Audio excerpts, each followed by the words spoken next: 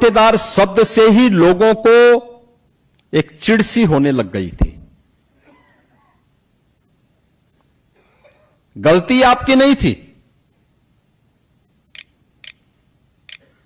पाप करता था कोई, भुक्तभोगी होता था कोई। उस समय की सत्ता में जो लोग आसीन थे, नियत उनकी खराब थी, उनकी नियत में खोट था।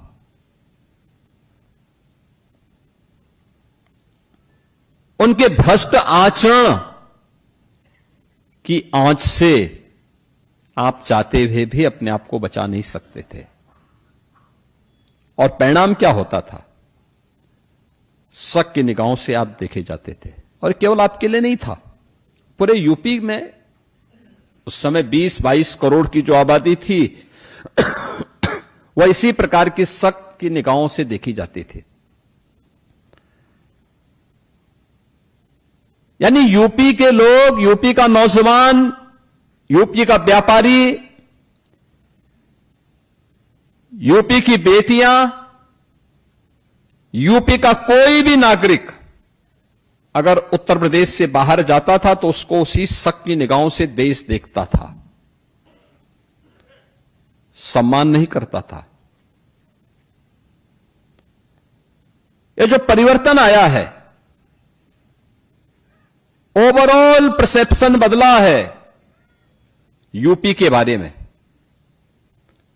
आज मैं कह सकता हूं, दावे के साथ कह सकता हूं, 17 के पहले जो लोग उत्तर प्रदेश से दूरी बनाते थे, आज अगर आप इन 9-9.5 वर्षों के अंदर देश के अंदर किसी कोने में जाएंगे, दुनिया के अंदर कहीं जाएंगे, यूपी का नाम लेंगे, उत्तर प्रदेश का नाम लेंगे, तो जो दूरी बनाते थे वे 10 कदम आगे आकर के आपको गले मिलना चाहेंगे। ये जो परिवर्तन हुआ है, ये डबल इंजन सरकार की वह ताकत है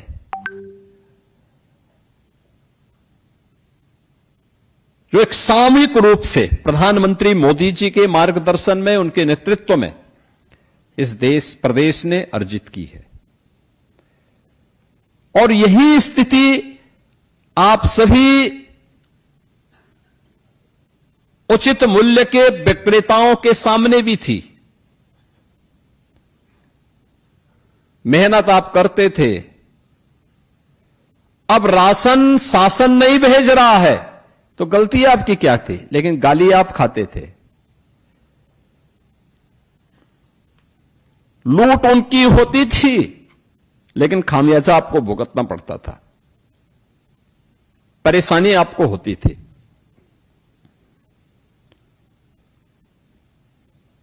पहचान का संकट आपके सामने था। अरे केवल उसी में नहीं, बेसिक शिक्षा परिषद का ही आप देखें, आज ये कह रहे हैं कि हम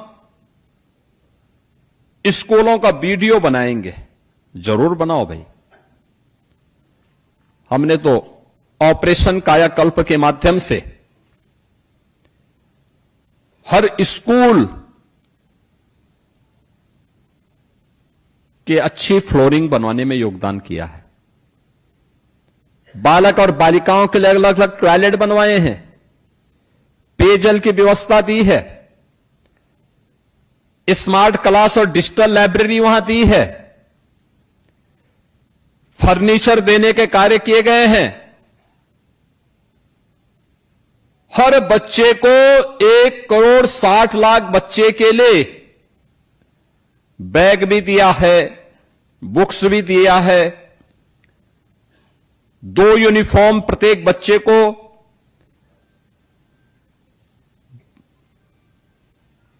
जूता, मोजा, स्वेटर, ये सारी सुविधाएं उपलब्ध करवा रहे हैं। सवाल ये 17 के पहले क्या था? 17 के पहले न भवन थे, और भवन था तो शिक्षक नहीं था, शिक्षक नहीं था, शिक्षक है तो छात्र नहीं थे, अगर छात्र भी है शिक्षक भी है तो आधे बच्चे सत्र पूरा होने के पहले ही छोड़ करके चले जाते थे, क्योंकि पेयजल की व्यवस्था नहीं थी, टॉयलेट नहीं थे।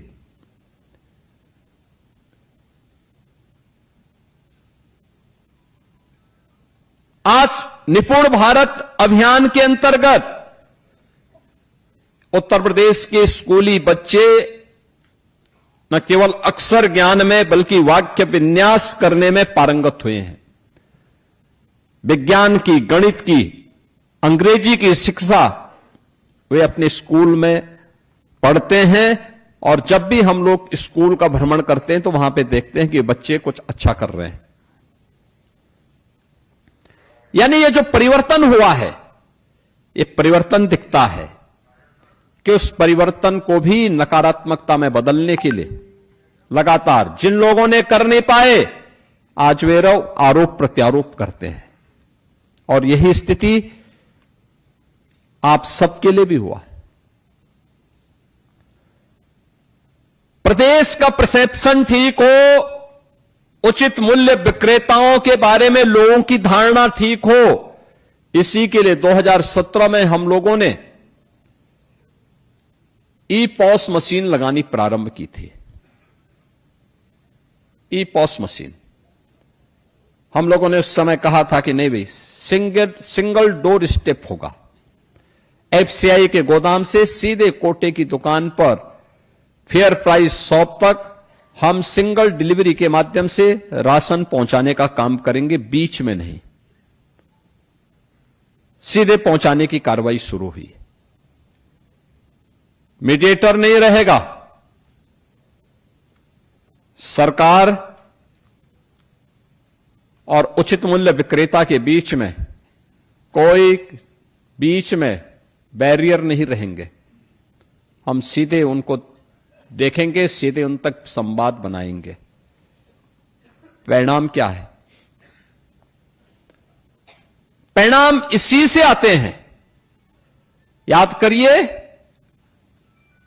उस समय तक 70 पैसा केवल मिल पाता था। ट्रांसपेरेंसी लाई गई, आपका सम्मान बढ़ा। सम्मान बढ़ने का परिणाम क्या है?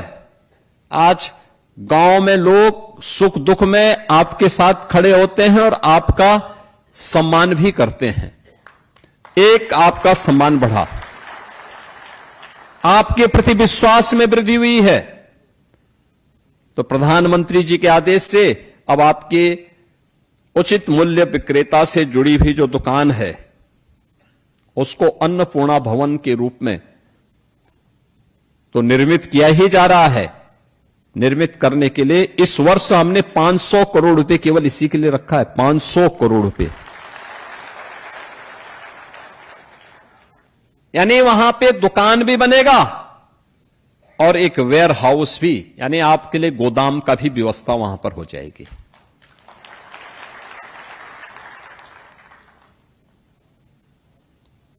इसके साथ ही यह सुविधा भी दी गई। पहले क्या होता था? पहले होता था कि आप केवल राशन ही बिक्री करेंगे। अब आपको ये सुविधा दी जा रही है। 39 आइटम ऐसे हैं, उन सामानों को आप अपनी दुकान में ला करके बेच सकते हैं। 39 प्रकार के आइटम ऐसे हैं, यानी नशीली पदार्थ न हो, समाज और देश के प्रतिकूल कोई ऐसा आचरण न हो, तो फिर कोई समस्या नहीं। आप अपनी दुकान से वे सारे सामान बेचिए, कपड़े बेचिए, अन्य सामान, साबुन बेचिए, टूथपेस्ट बेचिए, तेल बेचिए, कोई समस्या नहीं, कोई रोक टोक नहीं है। अब पहले ये नहीं होने दिया जाता था, अब ये छूट आपको उपलब्ध हुई है। और 70 पैसे से पहले 90 पैसा, 90 पैसे से बढ़कर के अब आज आपके मानदेय को, जो आपकी मार्जिन मनी है, उस मार्जिन मनी को 90 पैसे से बढ़ा करके 10 रुपया भारत सरकार ने बढ़ाया, और 25 रुपए यहां से, यानी सीधे 35 रुपए एक साथ वृद्धि हो रही है।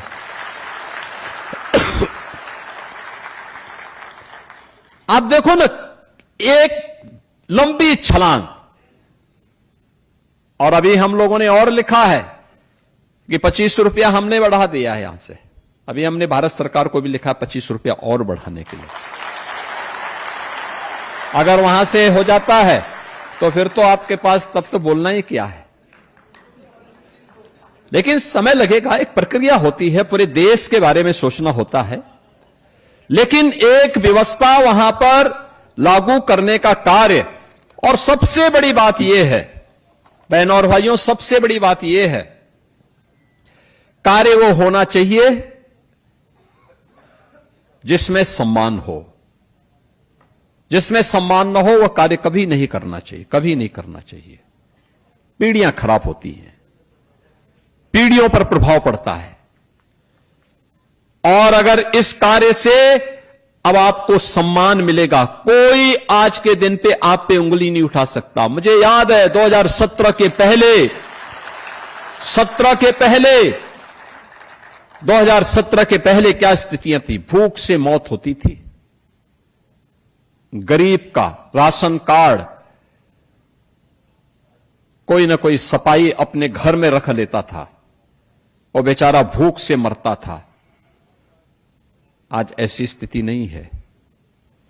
प्रधानमंत्री गरीब कल्याण अन्न योजना के माध्यम से 15 करोड़ लोग प्रदेश के अंदर फ्री में राशन की सुविधा का लाभ प्राप्त कर रहे हैं।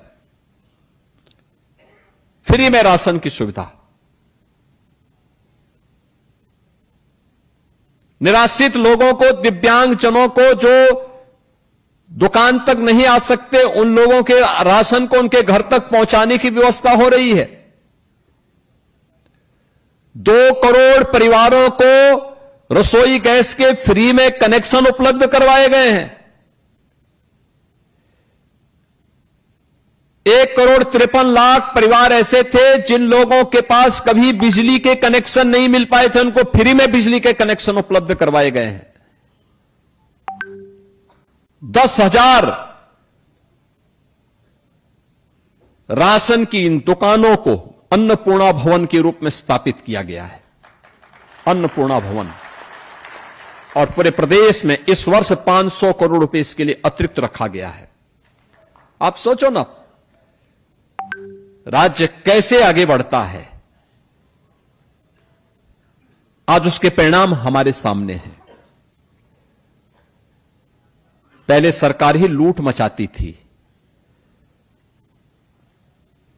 तो कहां से परिवर्तन हो जाता है, कहां से परिवर्तन हो जाता है। फेयर प्राइस शॉप संचालकों को केवल कोसने भर से परिवर्तन नहीं होने वाला है।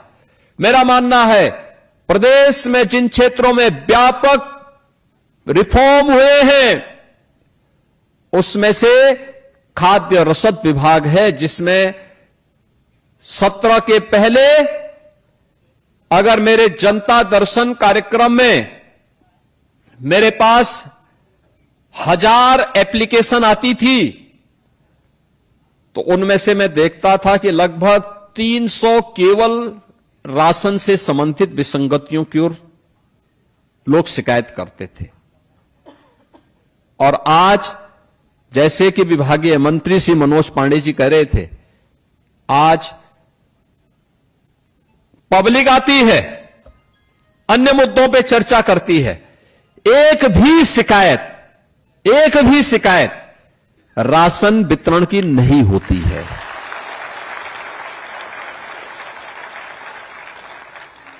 यह आपका सम्मान है, यह है आपका सम्मान, यह है आपका सम्मान। अब आपकी कोई शिकायत नहीं करता है, अब आपको कोई कटघरे में नहीं खड़ा कर सकता है, अब आपके बारे में कोई उल जलूल बातें नहीं कर सकता है,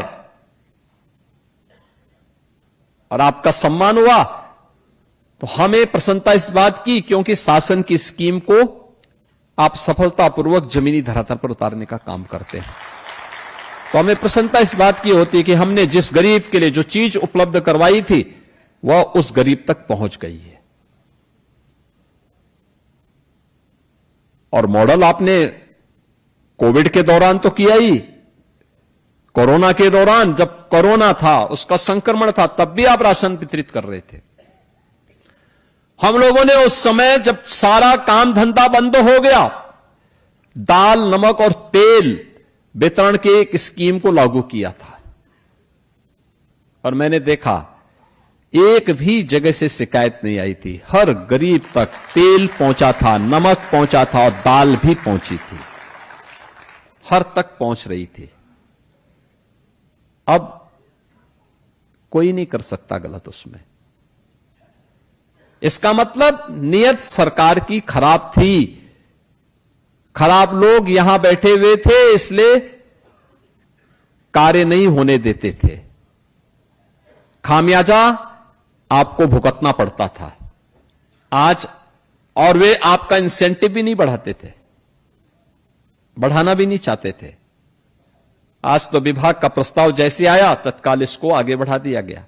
और मैं धन्यवाद दूंगा आपके संघ को, जिन्होंने अभी ज्ञापन के माध्यम से धन्यवाद भी दिया है।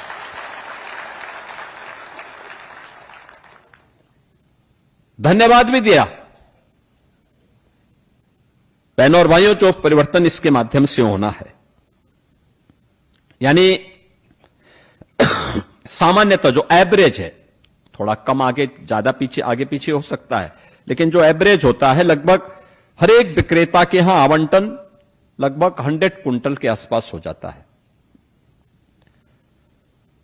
और उसमें अगर हम देखेंगे तो अब तक प्रति जो फेयर प्राइस शॉप के संचालक हैं, उनके प्रति माह की जो आय उसके माध्यम से होती थी वह 12,750 के आसपास हो जाती थी।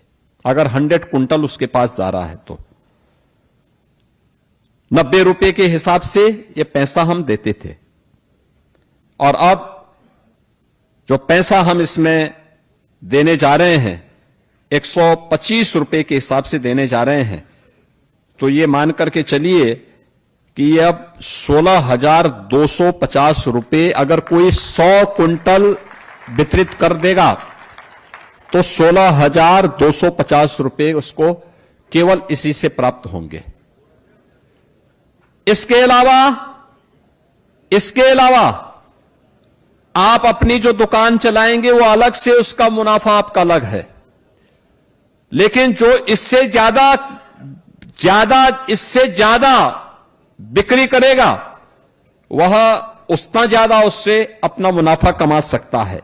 यानी 30% की बढ़ोतरी पहली बार हो रही है उचित मूल्य के विक्रेताओं के लिए, कि 30% के मार्जिन मनी में बढ़ोतरी का कार्य ये केंद्र और राज्य सरकार ने किया है। और मेरा मानना है कि इसमें जितनी तेजी के साथ हम अन्नपूर्णा भवन को आगे बढ़ाने का काम कर पाएंगे, उतना ही वह परिवर्तन ला करके और भी बेहतर दिशा में उसके परिणाम हम सबके सामने आते हुए दिखाई देंगे।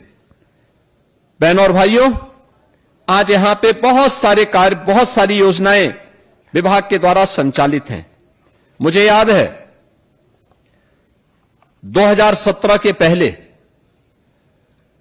अन्नदाता किसानों से लिया जाने वाला जो खाद्यान्न था उसमें भी व्यापक हेराफेरी होती थी, व्यापक हेराफेरी होती थी। हम सीधे किसान से नहीं खरीदते थे, बीच में कोई मीडिएटर होता था। परिणाम क्या होता था? एमएसपी का लाभ किसान को नहीं मिल पाता था। हम लोगों ने कहा कि नहीं भाई, हम सीधे किसान से खरीदेंगे, एमएसपी का लाभ किसान को मिलना चाहिए। और मुझे प्रसन्नता है 2017 से लगातार हम लोगों ने इस प्रक्रिया को सफलतापूर्वक आगे बढ़ाया है। और आज न केवल धान का, गेहूं का, बल्कि दलहन, तिलहन और जितने भी मोटे अनाज हैं, मिलेट्स वगैरह हैं, इन सब का भी हम प्रोक्यूरमेंट किसानों से सीधे करने का काम कर रहे हैं और पैसा सीधे डीबीटी के माध्यम से उसके अकाउंट में देते हैं। यानी कोई बीच में कहीं किसी प्रकार का वो नहीं, सीधे पैसा उसके अकाउंट में, किसान के अकाउंट में दे रहे हैं। किसान को, नौजवान को, महिलाओं को या समाज के किसी भी तबके का निवासी, कोई किसी भी तबके का व्यक्ति हो, अगर वह शासन की योजना का लाभ सीधे प्राप्त करने लग जाए, कोई कारण नहीं कि बीच की उस दीवार को हम हटा देंगे तो बहुत सारी चीजें अपने आप स्पष्ट और पारदर्शी दिखाई देती हैं और वह विश्वास का कारण बनती है, और लोकतंत्र उस विश्वास के कारण पुष्ट होता है, मजबूत होता है, विश्वास का प्रतीक बनता है। उस विश्वास के प्रतीक के रूप में आज आप सभी प्रदेश के उचित मूल्य विक्रेता से जुड़े हुए आप सभी बहनों और भाइयों को उसका अधिकार प्राप्त हुआ है। आप सभी अपने यहां अन्नपूर्णा भवनों के निर्माण की कार्रवाई को तेजी के साथ आगे बढ़वाइए, और हम आपको आश्वस्त करना चाहते हैं, धनराशि का आवंटन सरकार आपको करेगी। अच्छे भवन बनेंगे, वेयर हाउस बनेंगे। भाई राशन वितरण का काम तो आप 1 सप्ताह 10 दिन कर लेंगे, 20 दिन आप उस वेयर हाउस का उपयोग अन्य कार्यों के लिए भी कर सकते हैं, कोई रोक टोक उसमें नहीं होगी, और उसका उपयोग करेंगे, अतिरिक्त इनकम उससे भी कमा सकते हैं। 1 डिस्ट्रिक्ट 1 प्रोडक्ट से जुड़े हुए उत्पाद भी अगर हम वहां रखेंगे, होली है, दीपावली है, कोई पर्व और त्योहार है, उस पर्व और त्योहार में अगर हम स्थानीय उत्पाद को भी प्रायोरिटी देते हैं तो उस प्रायोरिटी का आधार उसका क्या होगा? एक, हमारा जो स्थानीय उत्पाद है, हम स्थानीय कारीगर, स्थानीय हस्तशिल्पी, उससे प्रोत्साहित होगा, और दूसरा, उसके माध्यम से हम भारत की अर्थव्यवस्था को ही मजबूती प्रदान करेंगे, क्योंकि हमारा पैसा हमारी कारीगर और हमारे हस्तशिल्पियों को जब प्राप्त होगा तो हमारा पैसा विदेशों में नहीं जाएगा। जब हमारा मुनाफा विदेशों में जाता है, याद रखना उसका एक हिस्सा फिर हमारे खिलाफ ही आतंकवाद और नक्सलवाद को भड़काने में भी खर्च होता है, भारत को अस्थिर करने के लिए खर्च होता है। हम इन सभी बातों के प्रति हमेशा जागरूक रखें, स्वदेशी को प्राथमिकता दें, लोकल को ग्लोबल बनाने की दिशा में एक प्रयास आपका अपने स्तर पर, अपने गांव में, अपनी ग्राम पंचायत में प्रारंभ हो सकता है, और आज के दिन पे आपको कोई इसके लिए रोक टोक नहीं है। केवल नशीली पदार्थों को छोड़ दें और कुछ ऐसी ज्वलनशील जिसमें वहां पे फायर सेफ्टी के इशू आते हैं, इनको छोड़ दें।